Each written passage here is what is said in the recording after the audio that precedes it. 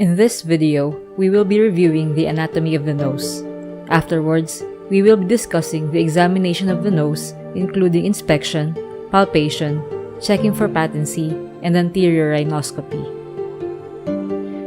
Let's review the anatomy. The upper third of the nose is supported by bone, the lower 2/3 by cartilage. Air enters the nasal cavity through the anterior nares, passing on either sides through widened areas known as the vestibules. Air then passes through the nasal passage and through the nasopharynx. The nasal septum forms the medial wall of each nasal passage. Protruding into the nasal cavity are the turbinates, which are curvy bony structures covered by a highly vascular mucous membrane. Below each turbinate is a groove or meatus, each named according to the turbinate above it. Knowing these structures, we can now proceed to the examination. The materials needed for the examination are the following. Drop light. This will serve as a light source. Head mirror. This will be worn by the physician to reflect the light toward the nose of the patient. Nasal speculum. This is used to widen the opening of the nostril for better visualization. Gloves. Cotton applicator. Before the procedure, ensure that the light source is working properly. Take the head mirror and strap it on.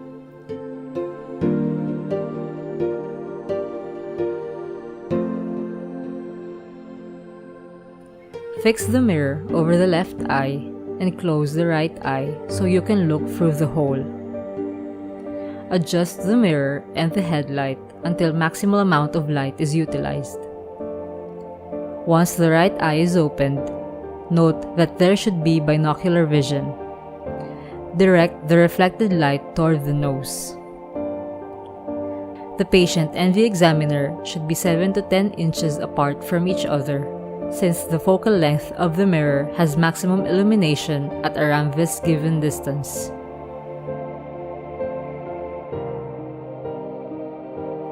In the first part of the examination, we will inspect the external nose with the use of a cotton applicator. Assess the external contour.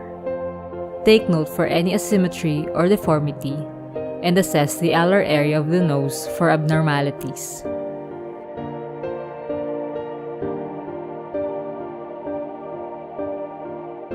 Next, we will palpate the nose.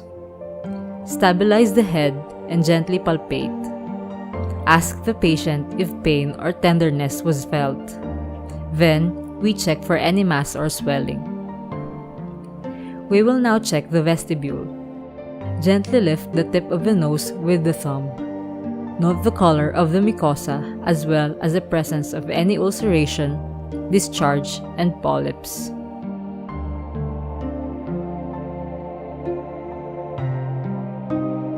In checking the patency of the nose, we instruct the patient to compress the right nostril using the right index finger and breathe gently through the left nostril. The same will be done on the left nostril, which will be compressed using the left index finger. The patient should be able to breathe with no problem on the unobstructed nose.